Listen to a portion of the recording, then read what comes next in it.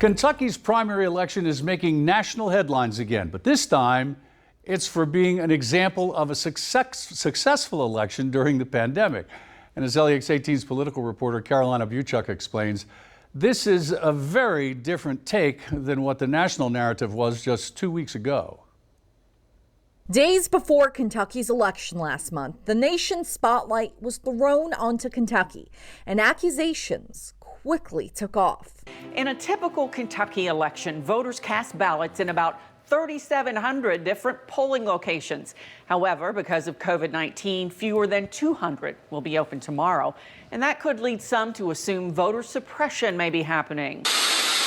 Kentucky's election has been thrown into the national spotlight. Hillary Clinton tweeted, quote, "This is voter suppression." Stacey Abrams said, quote, "Voter suppression is no longer billy clubs and Jim Crow. It's closed polling sites plus 6-hour waits without pay. COVID is no excuse." And LeBron James said, quote, "This is systematic racism and oppression." These tweets and many others are all in reference to the number of voting locations Kentucky will have tomorrow. Fast forward to this past weekend, and this political article was published. Quote, "Coronavirus threatened to make a mess of Kentucky's primary. It could be a model instead." In it, voting rights experts say other states should reach out to Kentucky for advice on how to scale up safe voting for the November elections.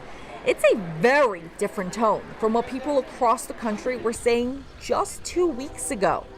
But here in Kentucky, experts knew the election would be successful because while, yes, there were fewer polling sites, there were also other options for people to vote. And also people don't realize that the election rules for this primary in Kentucky are better than we've ever had here. You know, we've never had early voting. We've never had no excuse absentee balloting. So we've expanded access a ton. And these options led to success in Kentucky.